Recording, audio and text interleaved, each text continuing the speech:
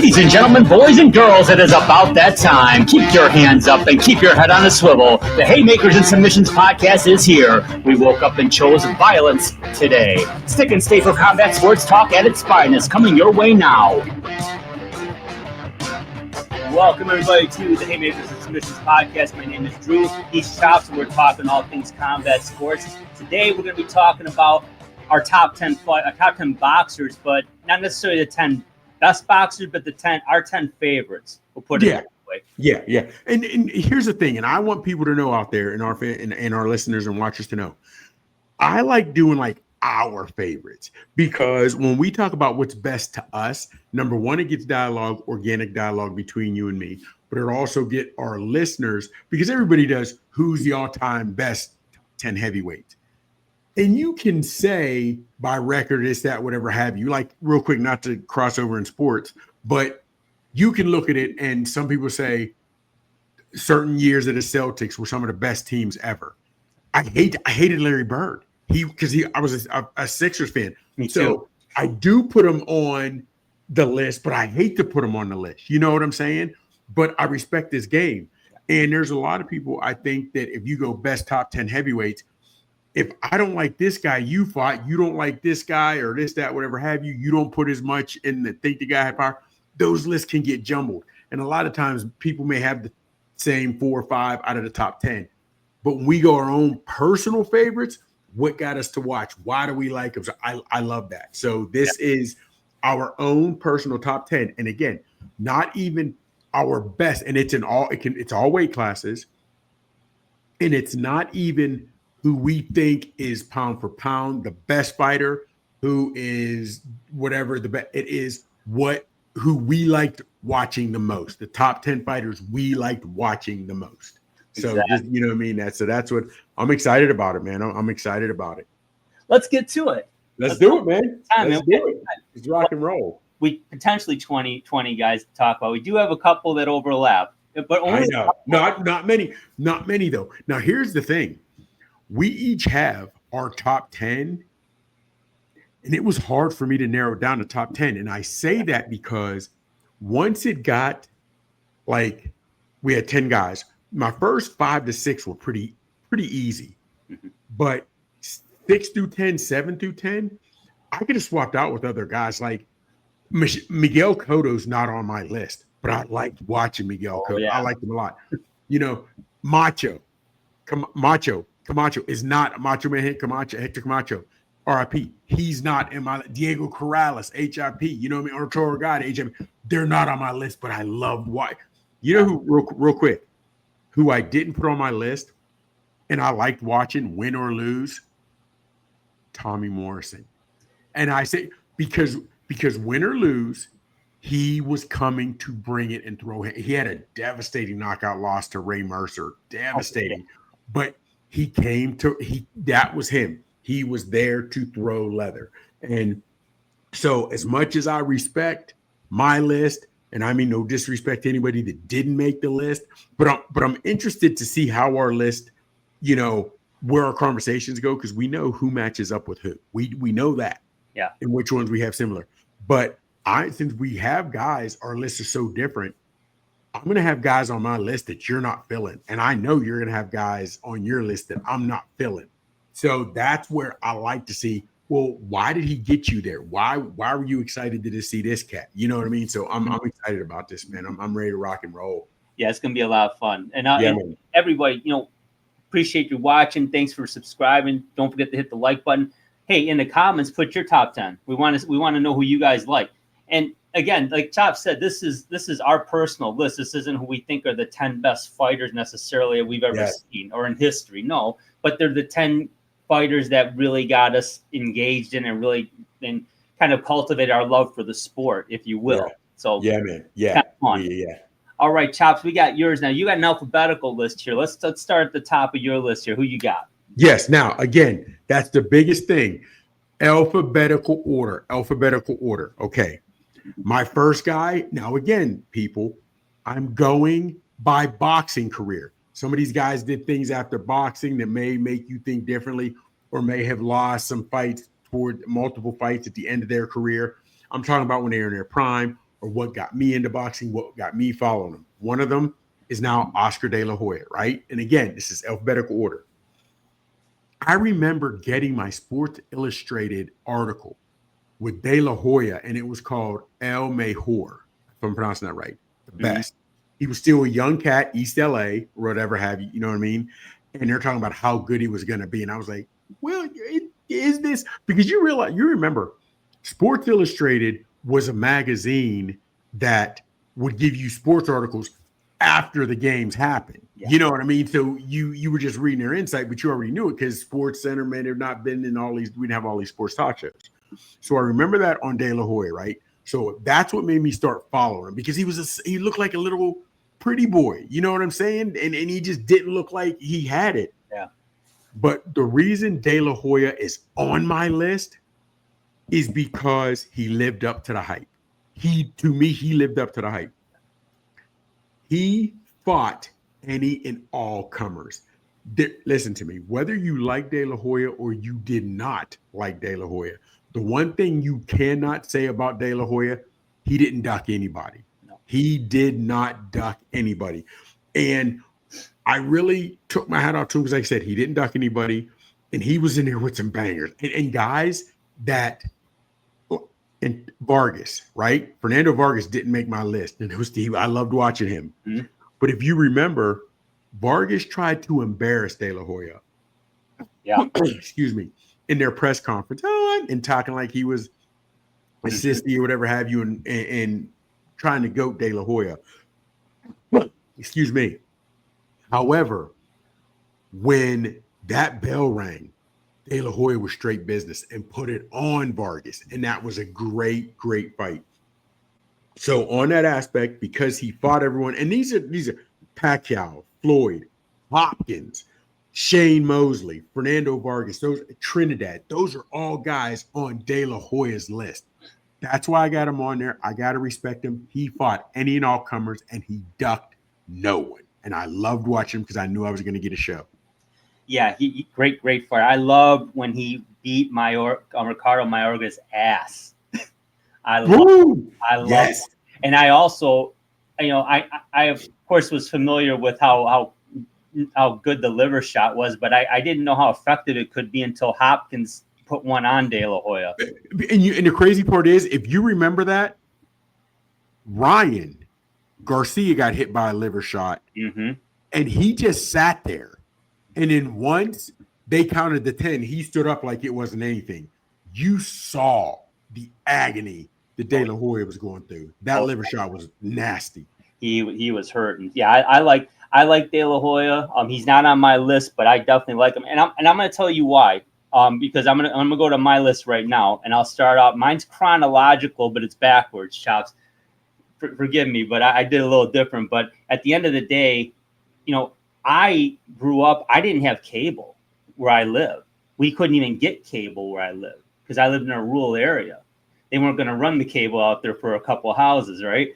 So I didn't even get to see Mike Tyson a lot, to be honest with you. I certainly knew about him and read about him, but I didn't get to see him very often. So that's where my list is coming from. But chronologically, my most recent favorite fighter really at number 10 is Bud Crawford for me. And Bud and Triple G, who's number 9, I'll talk about him in a little bit. They got something in common, is that they were tearing it up. They looked real impressive coming up, building on their record, and no one wanted to touch him at all. No one wanted any part of Bud Crawford. And I respect the shit out of him because he kept doing his thing. He's undefeated, and now he's got, from what I just read, he's going to get a guaranteed $50 million up to make this Canelo fight. 50? Yep. Well, Canelo's getting 150, so to put it in perspective. So it's a 75-25 purse split, but that's a pretty good chunk. Wow. Yeah. Change. But, and you know what? And it's not even fair to Bud, but the reason and I respect him now. I mean, I love what he does now, but because he couldn't get anybody to fight him is why, and he didn't have a lot of the big names and a lot of the, top pay-per-views, and it wasn't even his fault. that's why he's not on my list, because I didn't see him. He didn't get me excited back then. You know what I mean? He just didn't. And it's not his fault, but that's what we're looking at. It makes sense. Makes sense. But yeah, Bud's number 10 on my list. Chops. Oops, I'm sorry. Who do you got next? Okay. Again, mine for alphabetical order, but he could have been very wide at the top, was Marvin Hagler. Marvin Hagler is the one who said it's hard to get up and do road work when you just slept on 5,000 count sheets, 5,000 thread count sheets. But he did it. You know, he used to wear the shirt, feed your faith, starve your doubts. You know what I mean? Mm-hmm. And Hagler fought regardless of how the belts he won, how people loved him wherever he went. He always felt as he never got his just due. And to me, he was just, I don't want to say grimy, because he had talent, but he was a brawler. And I hate to say brawler, because a lot of times when people think brawler, you think of a guy who will suffocate you, or a guy who's just in there wailing away but doesn't have the skill set. He had the chin, he had the endurance, he had the skill set, he had the heart. And Hagler, to me, was just that guy who literally would get in there with whoever wanted to bang with him. He would bang, and his mindset was always go out on your shield. He was not there for the decision. If that's what happened, it happened. But he was coming to take your head off. So Hagler was the guy who like out of the ring would try to be the nice guy and be cordial, but he just, and I'm not saying that was a role, but he just with that bald head, the eyebrows, he just looked like a killer. So I always was interested in watching, and I was always geeked when my man Marvel, he ended up changing his name to Marvelous because he didn't feel he got the respect, and he fought with that chip all the time. And you see guys now getting into Twitter wars, which of course they didn't have Twitter wars back then, but they're trying to make sure that we can do things to maybe draw up hate, or want to have a perceived notion that I'm not getting the respect I need. So, hey, I've got to make hatred. I've got to do it. He really felt that he wasn't getting the respect he deserved. So he really and truly carried that into the ring. And he was just a monster. And I love watching him fight, man. I did. I loved it. I loved watching him fight. His fight with Duran was epic. Went the distance, 15 rounds. His fight with Hearns, needless to say, is one of the best I've ever seen. I'm still going to say it is the best fight I've ever seen. His fight with Leonard was so anticipated. It was one of the most hyped fights I've ever seen. There's controversy around the decision. Absolutely. But in my mind, there's not a lot of controversy around it. I mean, it is what it is. That Leonard won the fight on points. I watched it again recently. We talked about this, and I couldn't give it to Hagler. I called it a draw. But it was didn't do it. He just wasn't. Yeah, to me, it was almost like he wasn't himself. It almost like he wasn't himself. Well, yeah, that, and it also showed me that, he didn't fight with that. He didn't really have that chip on his shoulder for that fight. He really was kind of like, he knew he was stronger than Leonard. And he was, but you can't give away rounds like that. I think he really thought he was going to put him away, and for once he was perhaps overconfident in a fight, and then costing him. And then that chip didn't get the decision. He never saw him fight again. Never fought again. That to me, look, we've seen the Fury. We've seen guys retire, come back. When he said, "I'm done," I am done. I don't know if he was properly invested. If he was the way he invested his money, that he never came back. He never needed the money again. And we as the fans lost out, but you don't see what he did done by guys. And I say that because, number one, he went away when he was still a big name, and he felt it was corrupt. He let it be known because he felt it was a corrupt system, and he walked away and didn't care. You had to believe there were other organizations and promoters trying to get fights for him and offering him big money. But we didn't have social media back then like we do now, so we don't know who was coming after him and how much money was offered. But he stuck to his guns. He was a man of principle. And Hagler is my guy. And again, I'm not saying number two, but he was one of the best guys I loved watching fight, and that's why, because every fight he wasn't looking for the decision. If it happened, it happened, but that was not his goal, and he didn't believe you could knock him out. Hell, he never hit the canvas. He never hit the canvas. Nope. Phenomenal. Absolutely, yeah. I mean, and I'll go to my list here. He's on number 5 on my list. Again, that's chronological, but same thing. Not going to discuss him further, but yeah, awesome fighter. One of the only 4 king that's on both of our lists. Ironic. That is true. So interesting stuff. At number 9, chronological, Triple G, Gennady Golovkin. Very, like I said, similar to Bud. He fought. It seemed like I was watching him fight every couple months on HBO. Yes, punishing people. Yes, and no one wanted any part of him. And finally, he started getting some fights, and I'm forever bitter over the first Canelo fight. I don't think he won either one of them. I don't think Canelo won either. No. The third one, yeah, he won that convincingly. But the first one, there's no way in hell anyone can tell me Canelo won that fight. No. Canelo gave away 6 of those rounds trying to bait Triple G into punching himself tired and then take advantage. The next 3 rounds were fought evenly. I had to split 3 and 3. There were 6 rounds though. I'm sorry, that's a huge discrepancy. And no BS. Canelo was tapped to be the next guy. And yeah. I know he's 36 right now, I believe, but Triple G's 43. So there's a 7-8 year age difference. They want new blood in there. Yeah. And that to me is where corruption has been in boxing since it began. Mm-hmm. And though it's things like that. It's things like that. Or we see 3 scorecards, we'll have 115, 113. We're like, are you kidding me? Then all the other ones will be 116, 112. You know what I mean? Or something even more lopsided, 117, 111, whatever it may be. But you see, no, man, he won that decisively. What?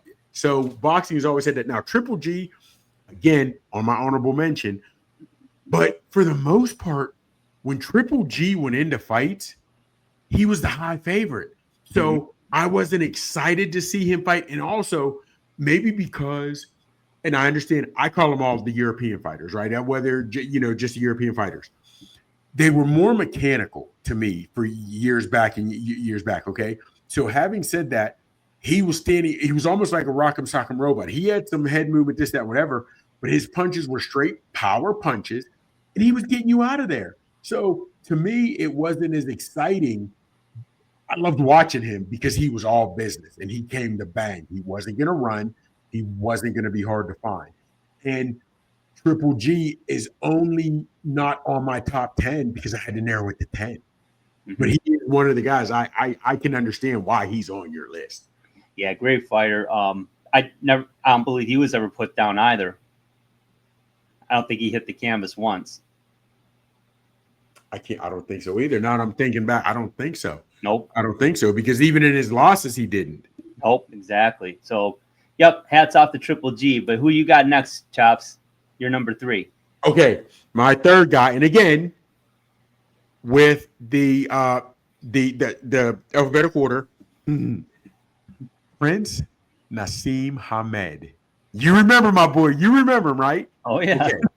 Now, the reason I like watching him, nothing he did in the ring is what you would teach a young fighter. No. But it worked for him. And, I would like to know what his training camps look like. You know what I'm saying? Because does he hit the bag with that enthusiasm and run? And his game plan and the way he fought took more energy than the way a traditional fight goes. You know what I'm saying? It's more of a traditional fight than a traditional fight. And he would punch from all angles. He was just, he's walking away throwing, he's sitting there and he'd throw a right hand lead or let the opposite hand lead. And he would throw bolo punches and he'd throw uppercuts from weird angles. And the way he danced, the way he flipped coming into the ring, he just brought an excitement. And I don't know why, because there are some guys in sports that are cocky and arrogant, and you can't wait to see them get their head knocked off. You just can't wait to see them get punched in the mouth. For me, that wasn't for Prince Naseem. That just wasn't. I liked watching him because to me, and again, UK, I just called him. Okay, Donnie Lalonde was a Canadian boxer. There was if you're Canadian, I called you Canadian. If you're Jamaican, I called you Jamaican. If you were from Russia, UK, anywhere else, I just called you European. That was what I did. Mm-hmm. So, having said that, I had him, Prince Nassim, as a European fighter. I mean, I'm a young kid. I just had him as a European fighter. Mm-hmm. He was much different from all the other guys. We just talked about Triple G, Andrew Galata, all those guys who just basically stood in front of you and banged. He wasn't like that. So that was something, oh, what's this? And then he was effective with it. You know what I mean? He was on Arsenio Hall, and he's lined up for fighting. I cannot think of who he's fighting. I cannot remember. And he said, all my opponents better hope and are waiting for the day that I become a stamp, because that's the only way they're going to lick me. I'll never forget that state. I'll never forget that. But he was just a cocky fighter, but he backed it up. He did. Now, I don't know. And I think he fought at like 120, 130. He was a small fighter. Yeah. If you've seen him now, he's every bit of 165, 170, if not higher. He's ballooned up. I'll bet you he's at $2 bills, and that doesn't sound like much, but when you're 5 foot, 5'6", 5'7", yeah. You're absolutely, because he is just as round as he is wide now and tall. Yeah, he really is. And it's crazy because you see the things on social media now where people say, my dad said he was a womanizer. My mom said she broke 1,000 hearts, or she was a men rafter. Because looking at him now, they don't look like it. So when you look at him now, he looks rotund, out of shape, worse than a dad bod. Somebody who's not taking their shirt off at the beach. You never believe he used to knock cats out. He was one of the best in his weight class to do it when he did it. You would never believe that looking at him now. But Prince Nassim, because of his alphabetical order, is my third on my top 10, but he is definitely one of the cats that made me ready for the fight whenever he was fighting. I loved it. I loved watching. And I was one of those cats that wanted to see him get his ass kicked, and I tuned into that Marco Antonio Barrera fight. Just that. Yeah. I'll tell you what, I dislike Prince Nassim for all the reasons you liked him, but I did respect his talent. He frustrated the crap out of me. I wanted to see somebody just put a good pop on him, but nobody could do it. And he could throw uppercuts with either hand. I mean, it looked like he was in a limbo contest out there. Yes, that is, and that's the crazy part. I would like to know if, when we're looking at it, did his trainers, did they work with him from the day he walked into the gym, and how much natural talent did he have? Because nothing he did would you work on in the gym. You can't do that. You know what I mean? So I would like to see what he was like and how long they stood with him. Because if you come into a gym like that as a new guy, nobody's gonna, and especially an established trainer, they're never gonna teach that. Never at all gonna teach that. I'm sure he had to put on a display and open some eyes, I'm sure. And then had to. But then on that aspect, it's like, then he's walking in off the street, right? So you see it. You're going to say, oh, you have some talent there, but we need to tune it to what a boxer should be. So did they try to get him in the traditional stands? You know what I mean? And then he just showed my skill sets. I would love to have seen how that progressed. I would have loved to have seen that, man. Yeah, really. Yeah, great fighter. Not one of my favorites, but see TV. Well, again, it's what's the difference between being really liked or really hated as a celebrity? You're still getting the attention, and he was getting the pay-per-view buys, and folks were watching. Yeah, he was on the watch. And the crazy part is, 36 fights, 31 knockouts. He had power, and again, I don't even know if it was power or if he was the true definition of the punches you don't see. The punches you don't see. Probably a little of both. Yeah. Probably a little of both. Yeah, no question. He threw from the oddest angles. Like you said, you wouldn't be seeing those. It's not like you weren't like, oh, God, I got to avoid his right hand. You just didn't know where the punches were. And you're his upcoming opponent. You cannot battle that You can't replicate that in sparring. Like they say, when you're going to fight Tyson Fury, Fury's 6'9" with a great jab. Who can you find? You can find other 6'9", 7-foot guys that box, but they don't have the jab. How do you replicate that? You know what I mean? How do you replicate a Prince Nassim Hamed if that's going to be your upcoming opponent? Not in sparring. Just not going to happen. No, exactly. No, it's a good choice. I like him. I like that choice. My next one is Saul Canelo Alvarez. I first saw him when he fought Floyd Mayweather, and he put on and he did well for himself, even though he's very young at the time. This was That's why Floyd got the win. Oh, Floyd got a young Canelo and never looked back. Yep, never looked back. But at the end of the day, Canelo's done nothing but impress. Even in his defeats, he's been stellar. I give him all credit for going up to light heavyweight and knocking out Sergey Kovalev, who's been one of the best light heavyweights at least of his generation.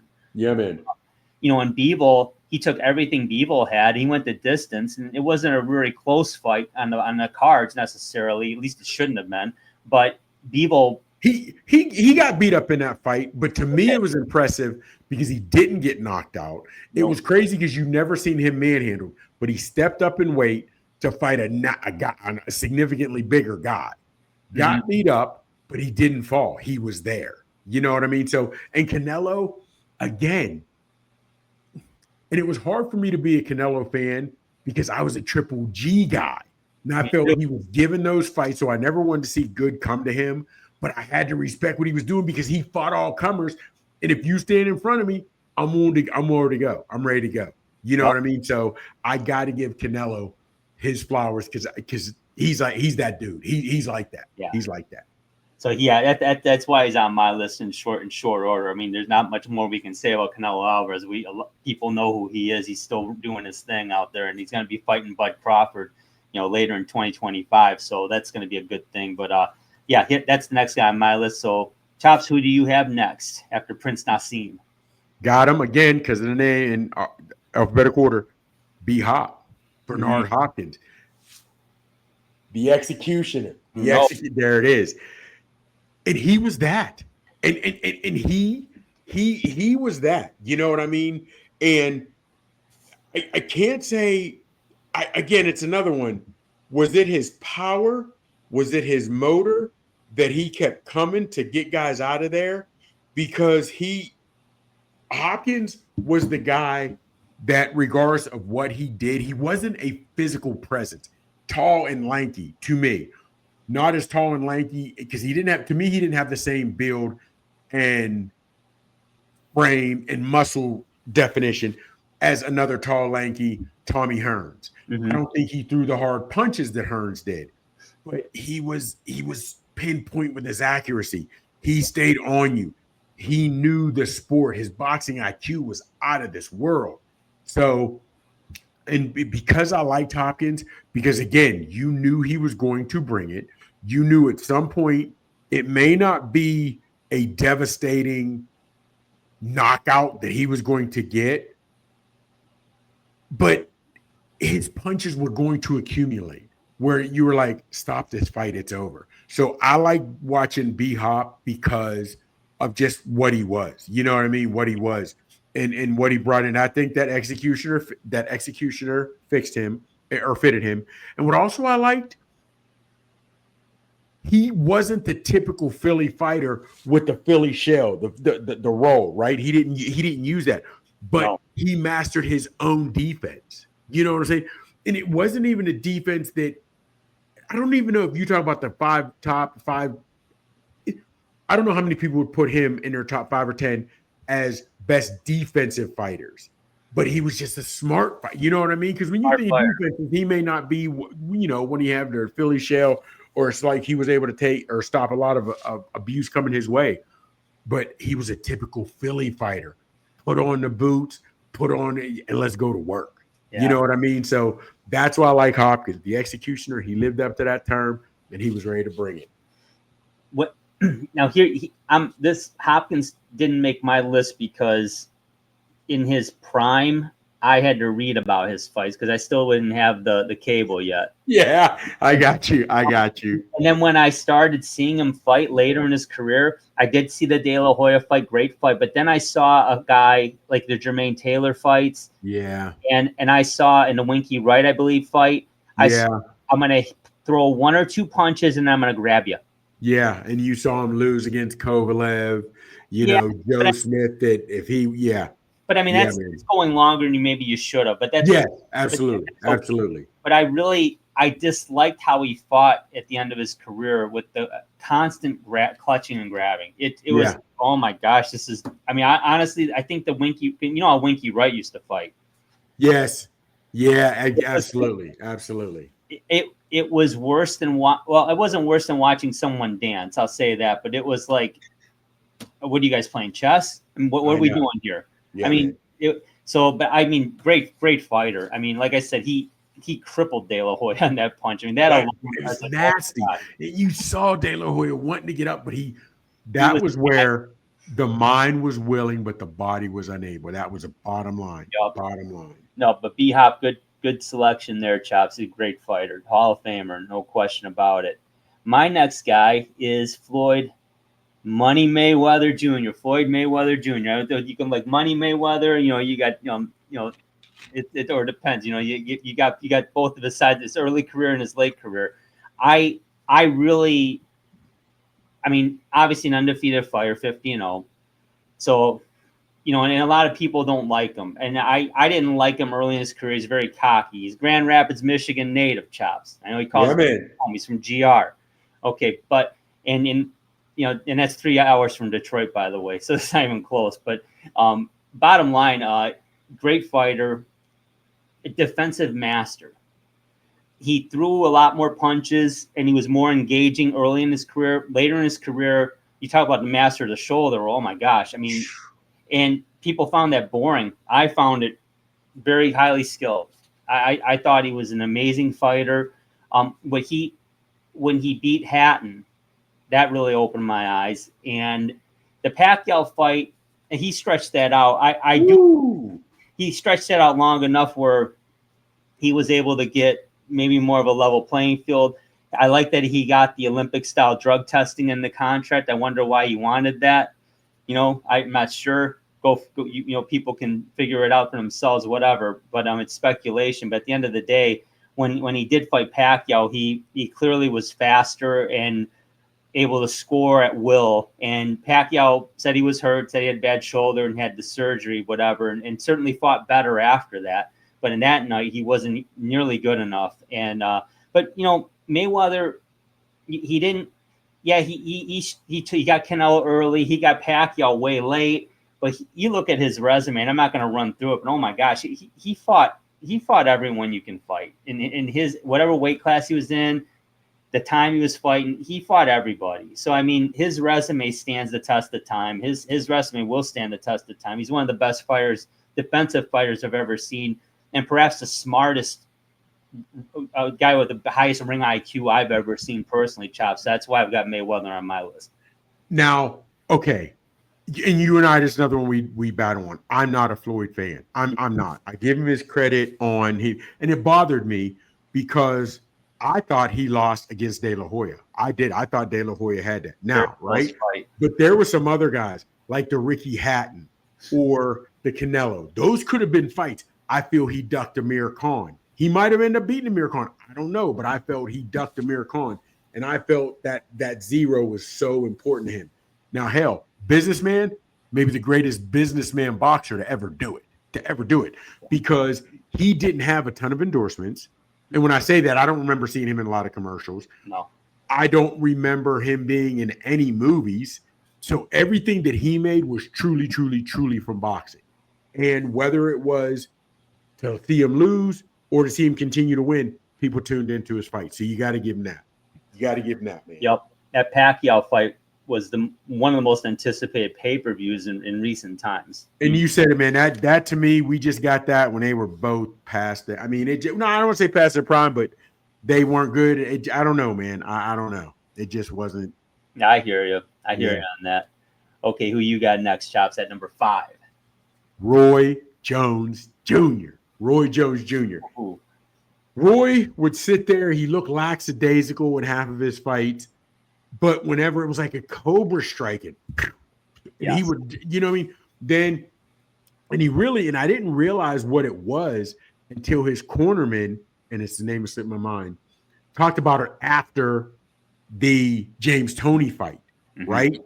That Toney, he did that like when he did it, and then Toney did it, and boom, like a lightning from the hip, he catches Toney with a hook. That's what Roy Jones was, because Roy Jones always looked so lackadaisical. So, all right, if I got to be here, I got to be here. And then boom, just pop, just strike. So that's why like he was there. I remember watching him fight.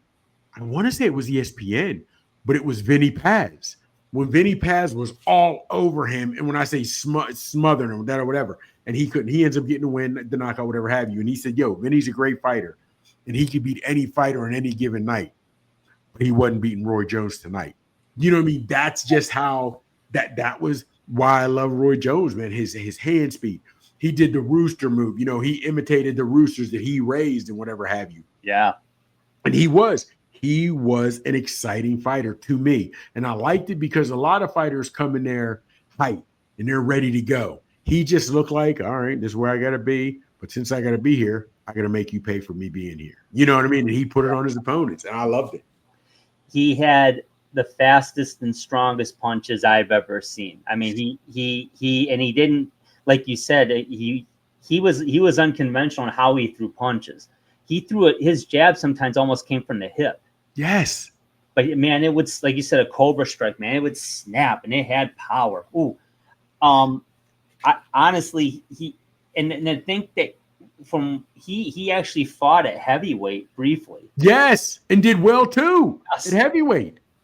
I mean, that you figure if a pro fighter has heavyweight power and then goes and is fighting at middleweight or super middleweight or even junior middleweight and has that kind of pop, yes, respect that. And he didn't make my list, but he's definitely honorable mention, no question. Roy Jones Jr. But again, once again, I didn't see a lot of his fights early in his career. I just had to read about him and hear about him and see the highlights. I still was impressed. Even late in his career, when he did start to lose some fights, I remember watching the Glenn Johnson fight. I really felt kind of shitty about that one because I'm like, man, that wouldn't have happened 5 years ago.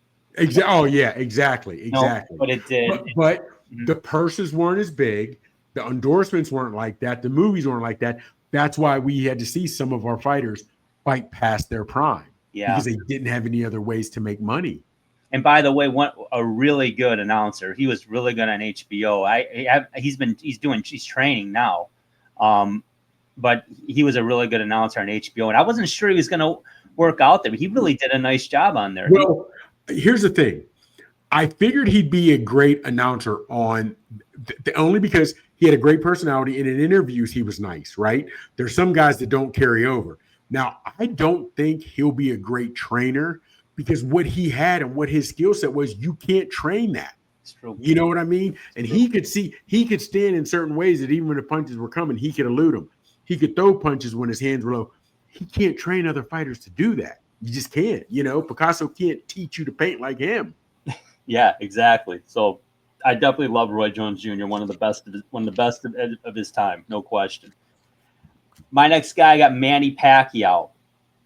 Well, I'm a fan because this guy, the Barrera fights, the Morales fights, the Marquez fights 4 times. And in that 4th one, Marquez knocked him out so silly that I for one of the few times I was actually scared for a fighter. I thought for about 30 seconds Manny Pacquiao might have been hurt permanently in that fight. Yeah. That was a scary-ass knockout. And it's crazy you're talking about that because I was just watching that literally within the last 8 to 10 calendar days. Great fight. And I would try to break it down. Pacquiao got his foot stepped on. And when he got his foot stepped on, and it was perfect timing because it wasn't done intentional. But southpaws, you have to make sure in that he got his foot stepped on, and boom, gets caught at the same time. He was coming forward while Marquez it was just a perfect curtain scenario. I don't know if I've ever seen that done in boxing. The way, I mean, just coming forward, and for him, He had his hands down, and it was, I mean, it was a perfect storm, and he got caught. So I mean, being knocked out. I mean, like I said, he lost to Mayweather. Yep. Loved his comeback against Thurman. That was impressive. He was really impressive against Thurman. Yes, I was worried about that, and he really was. And honestly, we can just stay here with it because it's kind of crazy because my next guy was Manny Pac, right? And mine was because I want to say he's the first and only guy to be an 8-time divisional weight classes or something. And I have to look at it. You can look it up, but he won, and he was just phenomenal. And his tank just continued he had a gas tank like no other. His gas tank was phenomenal. You know what I mean? And he always came forward, as we just talked about. He always came forward. Even when he lost, he didn't lose backpedaling. You know what I mean? He wasn't a boring fighter. And he is also took on, if you want to fight Manny Pac, whether it was come back against Thurman, whether, whomever it was in trilogies, whatever, he was there to fight. He was there to bang. So, and I like Manny Pacquiao, and we both have, and it's crazy. He's one of the few that we both have on our list, and in the same spot is also crazy. You know what I mean? No doubt. But I mean, and I'll be honest, I'm a big Ricky Hatton fan. I really like Ricky Hatton. Mayweather beat him, and I thought it was a great fight. I thought Hatton was the guy who could have beaten him, and he didn't have enough. But man, Pacquiao dismantled him. Yes. It barely made it out of round 1. In round 2, he knocked him out cold. Yeah, man. So that's impressive shit. I mean, Mickey Hatton's a tough fighter. Yeah. So hats off to Manny Pacquiao, and we'll see. He says he's retired. I'm hearing rumors, though, he might be coming back, Chops. I don't know, but we'll see. I hope not, man. I hope not. Okay. I don't. I hope not. Now, you had mine would have been Manny, and I told you, we can jump back to yours because at that point, and I know he was on my list too, but why was Hagler your guy? I said why he was mine. Why was he your guy? Yeah, again, he was so tough. I loved, like I said, I loved the Duran fight, the Hearns fight, loved it. I definitely loved the Leonard fight. I didn't like how that shook out, but I loved it.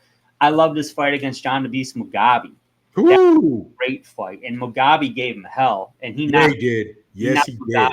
Out. He took a beating, but Hagler never backpedaled. Even in that Hearns fight, he got beat up in round 1, but he never hit the canvas in his entire career, but he got stopped in his tracks on that right hand. He felt that right hand by Hearns. You got to say, he felt that. So I mean, and growing up as a kid, I had my dad, and I had my 3 uncles, and we always talked boxing, and that they all loved Hagler. They wanted to see guys like Hagler fight.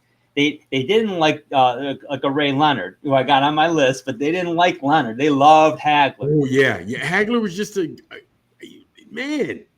He was so tough. He was tough. Tough. No nonsense. Bottom line. No, nothing fancy. No overhyping anything. Just I'm gonna come in there. I'm gonna beat ass. I'm gonna win. That's it. I mean, he didn't talk a lot, but I mean, and at back then maybe that was part of. Do you understand why because it really was pretty obvious. He wasn't favored among the promoters, among the media, but I don't know if a boxing fan doesn't like Marvin Hagler. I know, because he said what was on his mind and just came to fight. He didn't play the politics. He didn't try to be, you know what I mean? He was who he was, and we loved him for it. Absolutely. We definitely did. So we'll go back to yours. And then, like you said, you had Manny Pacquiao on your list. So talk about why you have him on your list, Chops. Manny Pacquiao, like I said, man, he was straightforward. He came, he gave as good as he got. He had a few losses, but he didn't lose going backwards. You know what I mean? So let me hit Tony real quick. James, lights out Tony. And Tony was the first guy that I paid attention to with the role. Yeah. That still had a lot of power. Because other guys that I had seen before that had the Philly roll in the shell would pity pat you. They could make you miss in a phone booth, but they weren't throwing shots to hurt you. You know what I mean? And Tony and also took shots on him, a friend of ours, shout out to Jackie Callan. Mm-hmm. But he had Jackie Callan. Was like, wow, a lady manager that walked him to the ring, and just the odd couple that looked to be like. That got me on his. That's what put him on my radar. But then now I'm watching him.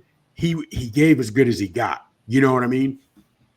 So then also one of the biggest things why I really respected Tony, he's one of the few actual boxers that had any true success that switched over to MMA. And he did it. Now we took to one fight and he lost, which we knew was going to happen because he was taken to the ground by a wrestler and got choked out. But he was there. He was there. So my biggest thing why I like Tony, his defense was fabulous. It was unpenetrable. You know, you could not penetrate it. And just the way he did everything, but and he still had the power and he was unapologetic with it. Who was it? Michael Nunn. He suffered a pretty bad cut, and they were like, yo, if something don't happen this round, we're gonna have to stop it. So what's he do? He comes out and knocks out Michael Nunn. You know what I mean? And to be honest with you, because I have quite a few guys on my list who are my top 10 of all, like I like watching, that actually end up fighting each other. And this Tony and Roy Jones are two of those guys. Yeah. And to me, it's hard to say. I want to say Roy Jones. I don't know who I said had the better tools, the better toolbox and skill set, because Roy Jones was so much faster. He could keep his hands down. Tony had a defense that he didn't have to keep his head on a pendulum. He didn't have to try to get off the line because the way he fought, it was hard to. I don't know. But I do believe in that fight. Mm-hmm. And Roy Jones' victory over Tony was, to me, merely because of speed.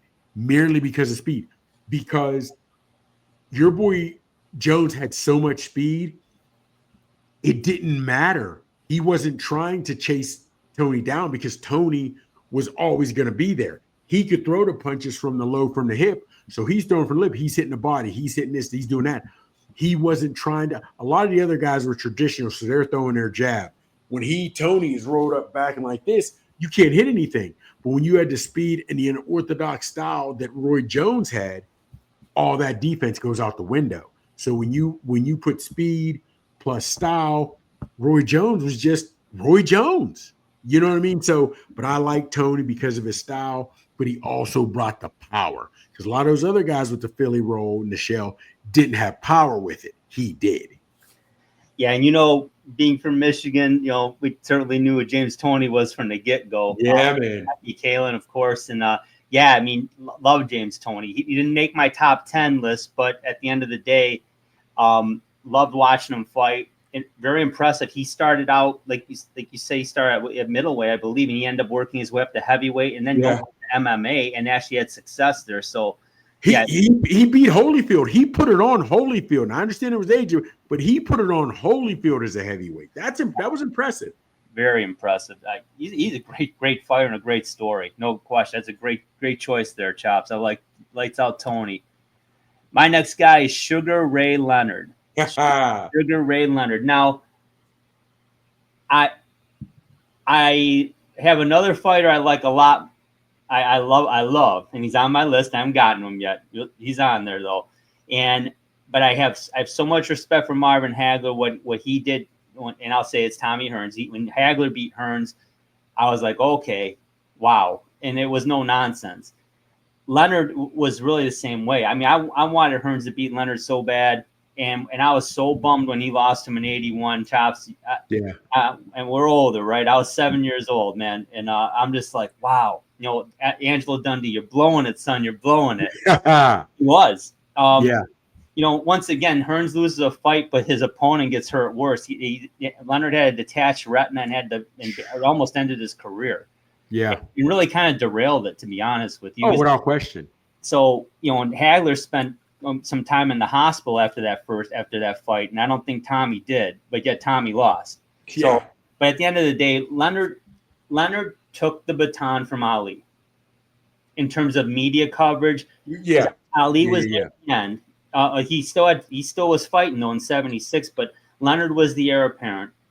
He was on every 7-Up commercials, you name it, he was on there. And that Benitez fight was a great fight. Wilford, yeah. His first fight with Duran, and he lost that fight. But man, that's where I think he got a lot of people's respect that thought he was just, basically just trying to be Ali. Yeah. He ran toe to toe. He lost, but he fought hard, and it was a damn close fight. Yeah. Now, you go ahead. And when you talk about Sugar Ray and how he, like, the baton was passed to him, he was able to get the media coverage and get endorsements and do commercials. I hate to say it, he was so well spoken, and he was such a gentleman outside the ring. But when it's time to put the gloves on, he flips that switch, and he's a killer. He was a killer. I think his power was highly underrated. I do. I just do. And I don't know if it's because he had a great gas tank and he could keep the power from the first round to the 10th to the 12th, and he was hitting with basically the same velocity where a lot of other people in the 12th will lose power. I don't know. But he had devastating power.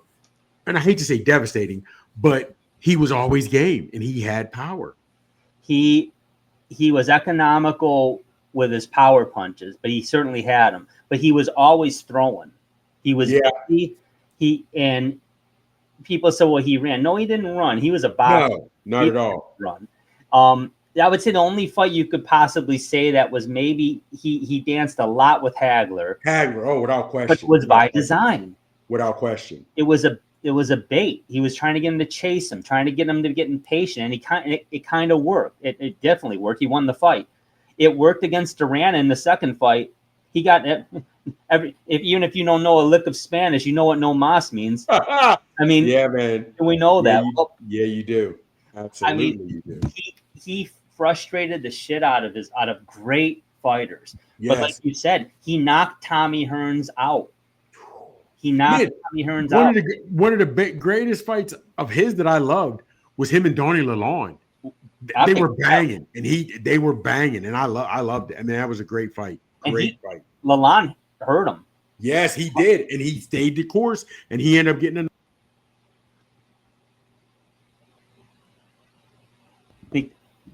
Okay, we got your mic now? Yeah, man, I'm good.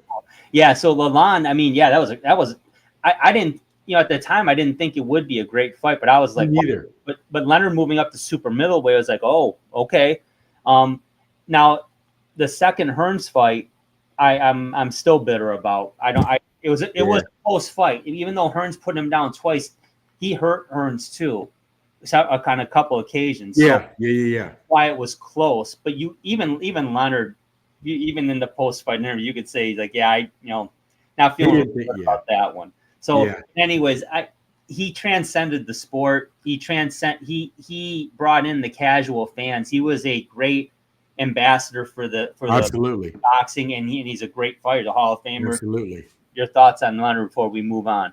Just that he was a great ambassador because he had the look that he could be your next door neighbor, and he might have been your tennis coach. He might have been your golf partner, but he didn't look like a killer, but he put them things on you. You know what I mean? He would put those things on you.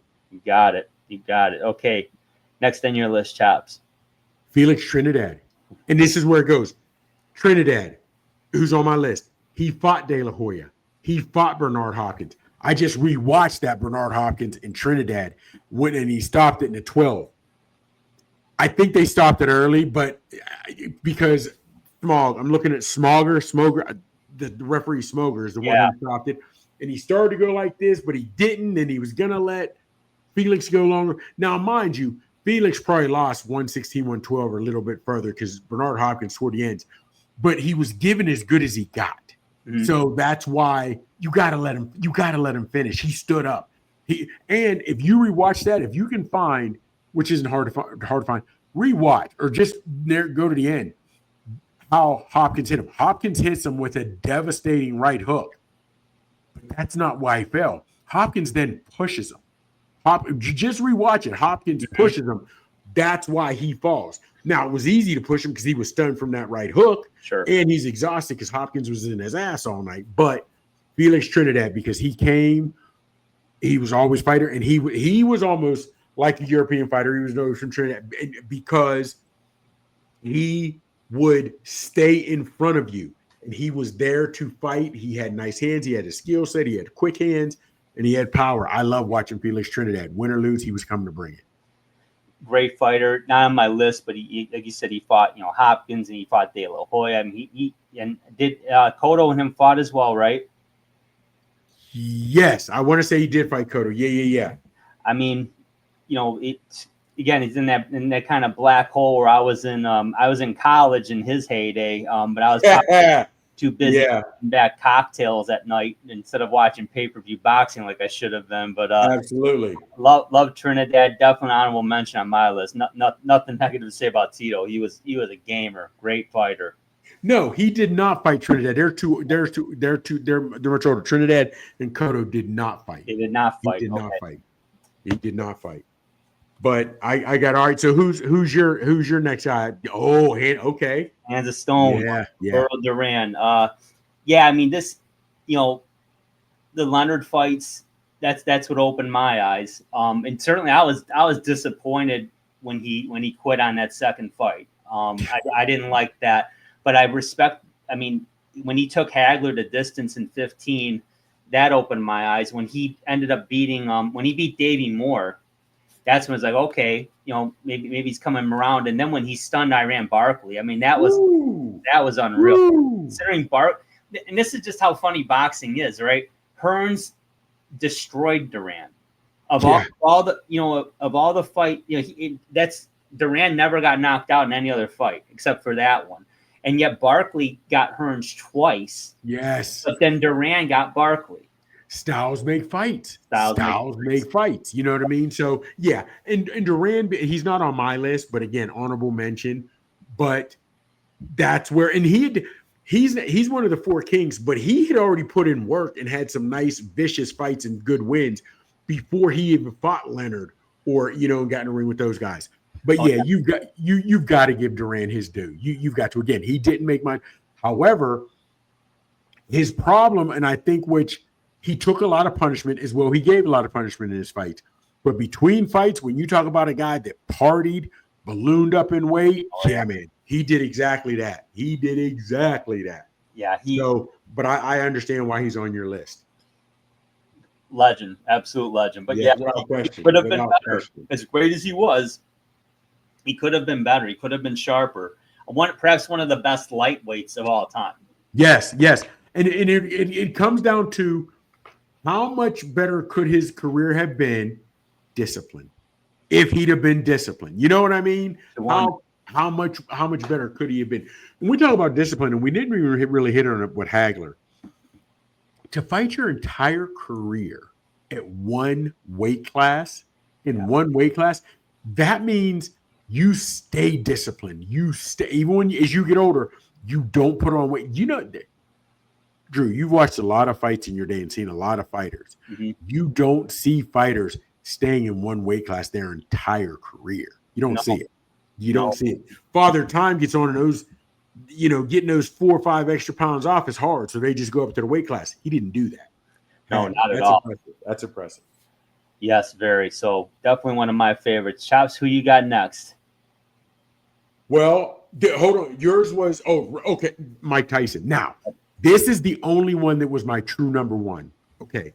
Now, I remember catching on to Tyson when I'm watching videos and seeing things when he's before your boy, and there was only clips here and there. You find it whatever, before Cus D'Amato had passed, right? Mm-hmm. And that's really, or he had just, and that peekaboo style. I had never seen that peekaboo style where he comes in offline and he's whatever have you, not much from here.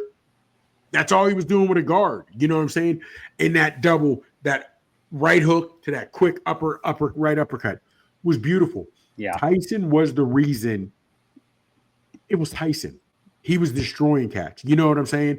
And believe it or not, when you look at it, even as he had gotten older or whatever have you, and even when he lost to Buster Douglas, Tyson, he never got credit for the chin that he had. Because he took some shots. Even when he was beating cats, mm-hmm. he was taking shots and he wasn't hitting the canvas. You know what I'm saying? So, but Mike Tyson, man, and it's easy. Why he was coming to knock people's heads off. You know what I mean? And he was a true punisher. He come on, man. It was that's why Mike Tyson was my true number one. For the same reason that everybody else liked watching Tyson is why I like watching Tyson. I should have him on my list. I'll be honest with you. I should have him on my list. It wasn't a matter of if he was going to win. It was how quick. Yeah, absolutely. And to give folks a Absolutely. perspective, the first Tyson Holyfield fight, which I believe was in '96, and that, I mean, very few people picked Holyfield to win that fight. The pay-per-view was set up as such. It was $10 per round up to 5 rounds. So if it went 2 rounds, you were going to pay 20. Ah, If it went 4, you'd pay 40. If it went 5 or beyond, it was going to be $50. What a bargain back then, right? I mean, yeah. well, that fight went 7 rounds. Great fight. And Holyfield ends up winning by knockout. Great fight. But that's how devastating Mike Tyson was. I thought Michael Spinks might go 5 rounds with him. Are you serious? Yeah, I did. I thought Spinks was going to at least put up a fight. 91 seconds. Well, here's the thing. Tyson, to me, was a true case of how your career can go from sugar to shit with who your corner is. Because Tyson was different. Okay. And the promoter. First, he loses Cuz D'Amato. But it ain't no thing because he still has Jim Jacobs, Caton, and Rooney, right? He still had Kevin Rooney. Then was it Bill Jacobs died. And Jacobs was the one who really looked after him. Clayton was a snake in the grass. He was terrible, right? But he still had Kevin Rooney that was in his corner, whatever have you. Then he gets with Don King. Worst thing, and he even said it in an interview. Don King was like having a snake in a room. When the lights are on, you're fine because you can see the snake. You know what's going on. But once you turn the lights out, you can't see the snake. And that's what, because he ends up hiring Rich Cicchetti. When they came, who's he? I want to say it was Buster Douglas. They didn't even have his corner didn't even have an in-swell with them. I mean, it was just that, and that shows you what happened. Now, mind you, don't forget they found him in a home. You know what I mean? In a juvenile facility. Yeah. And that's what he was. But whether it was through Cuz, whether it's through Kevin Rooney, they were able to harness that and use those powers for good, for lack of a better term. But when Cuz died, and then he gets rid of Kevin Rooney, you just saw him go downhill. You just saw him go downhill, man. And it was rough. And when you talk about Spinks real quick, I don't know if you realize it, Kevin Rooney, right before the bell rings, said, "Mike, I bet our entire purse." It wasn't taboo back then, or it's way to. I bet our entire purse that you're going to not hit, that you're going to knock him out in the first round. So Tyson was fighting under the guidance that if I don't knock him out in the first round, I'm not getting paid. Oh my! You know God. what I mean? So I hear that. Wow. Oh man, yeah, he talked about it in an interview. He said Kevin told me he bet our entire purse on a first round knockout. Yeah. That's I got to knock this guy out in the first round. So let me go ahead and do that and get up out of here. Yeah, man. A lot of when Tyson first started out, people either they loved him or were just enamored with how strong and fast he was. That was it. The speed, because he was throwing punches faster than any heavyweights ever had. Yeah, with the power. Ali might have had the speed, but he didn't have that power. Yeah, not like that. I mean, Mike Tyson was the most dominant fighter I've ever seen.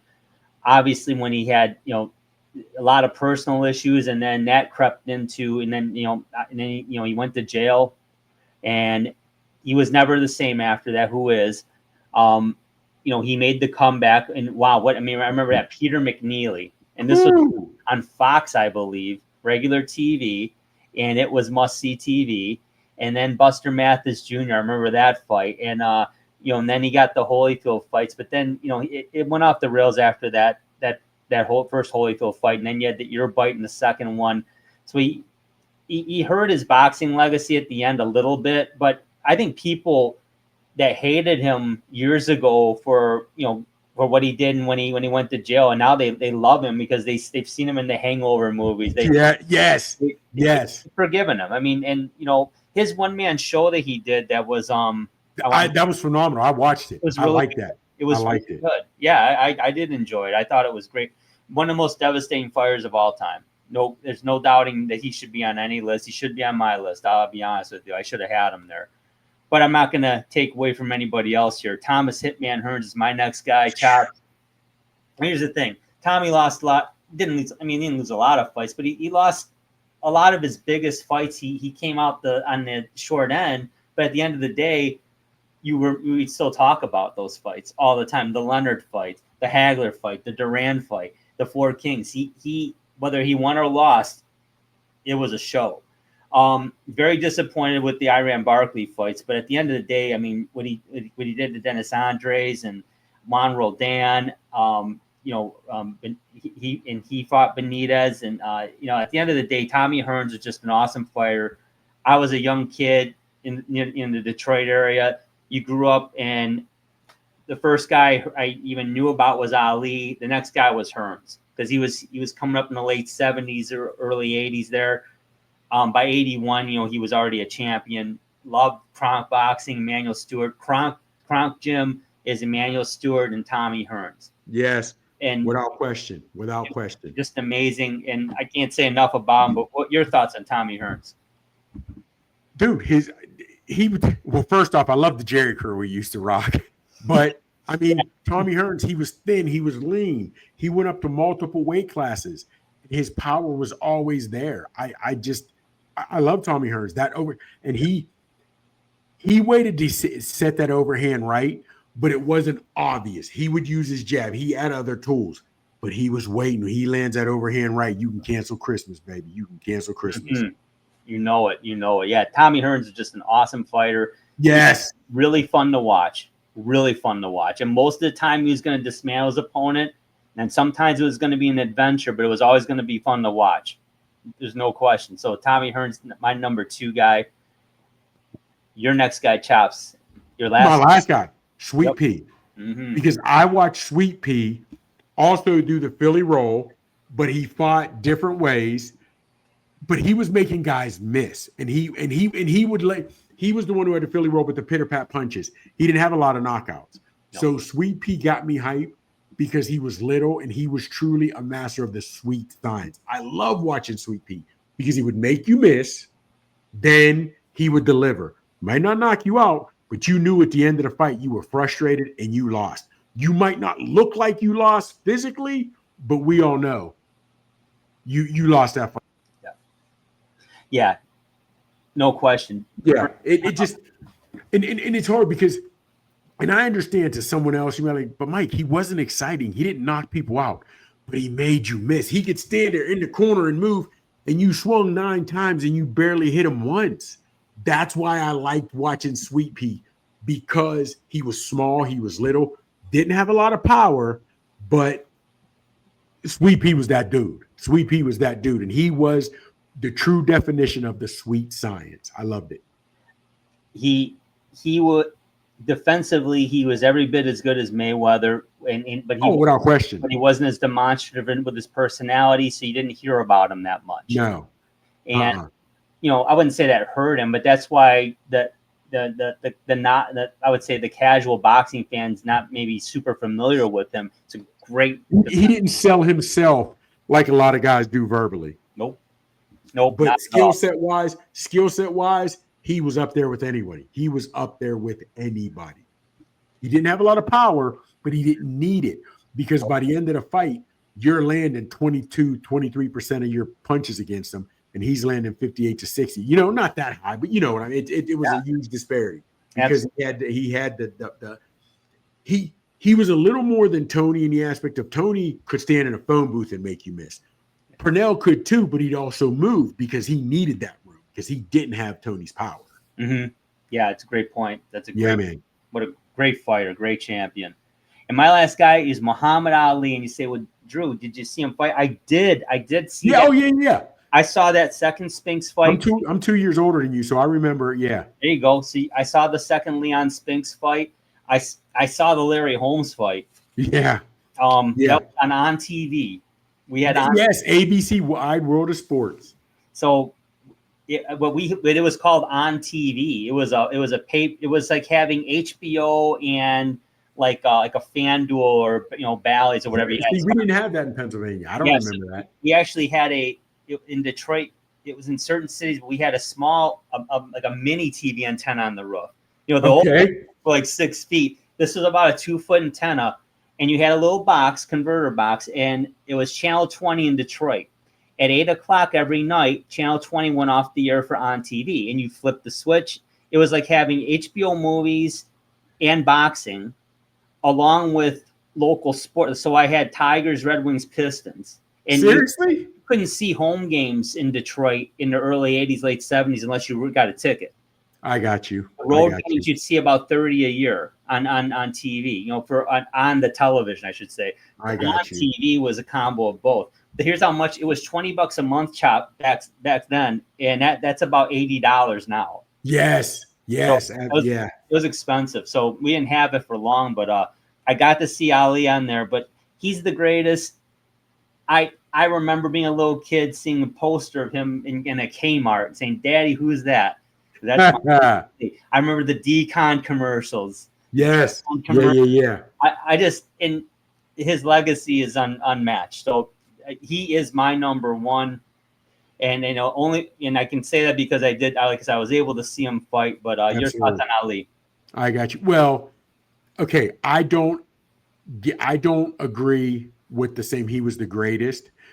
Now, the greatest showman, the greatest personality in boxing, yes.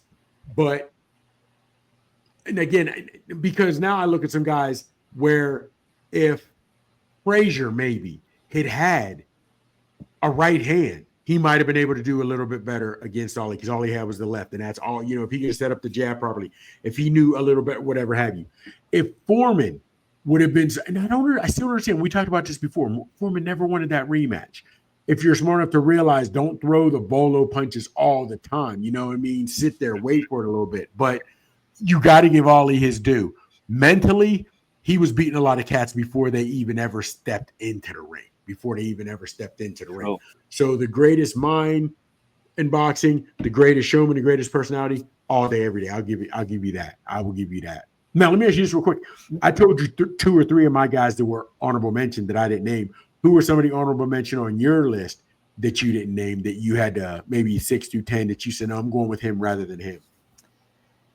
For my favorites, I loved Arturo Gatti, Thunder God, but didn't make my top 10. But I didn't miss his fights. Yeah. I got you. Yeah. Fights. Aaron Pryor.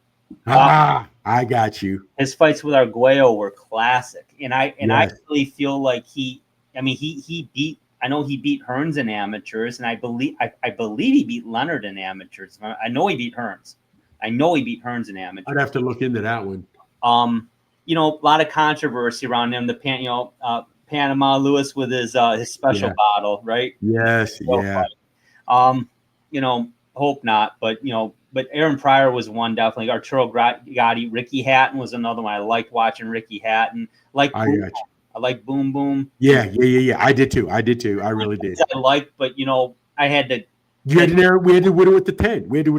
You know what else? One of these episodes I'd like to do?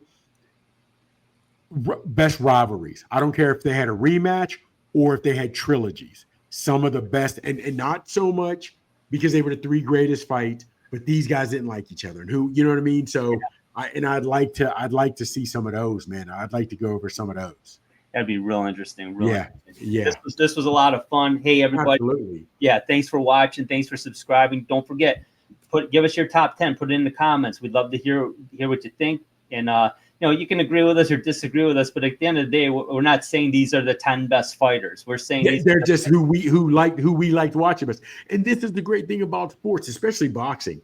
What you like, I may not like. Vice versa. You may not like the jab. I like their jab. You like the overhand right. I like their uppercut. But that's why we like the interaction of the fans. Let us know what you're thinking, what you're feeling. Let's rock and roll with it. Love the conversation. Love the back and forth with it. Absolutely. He's Chops. I'm Drew. Thanks for watching, folks. Take care, everybody. Don't forget to catch us on ESEN Network on Roku every Friday night at 10 p.m. and on YouTube, Facebook, Twitter, pretty much every social media site you can think of. You can catch us. There you go. Absolutely. Haymakers and submissions. Take care, everybody. Thanks for watching.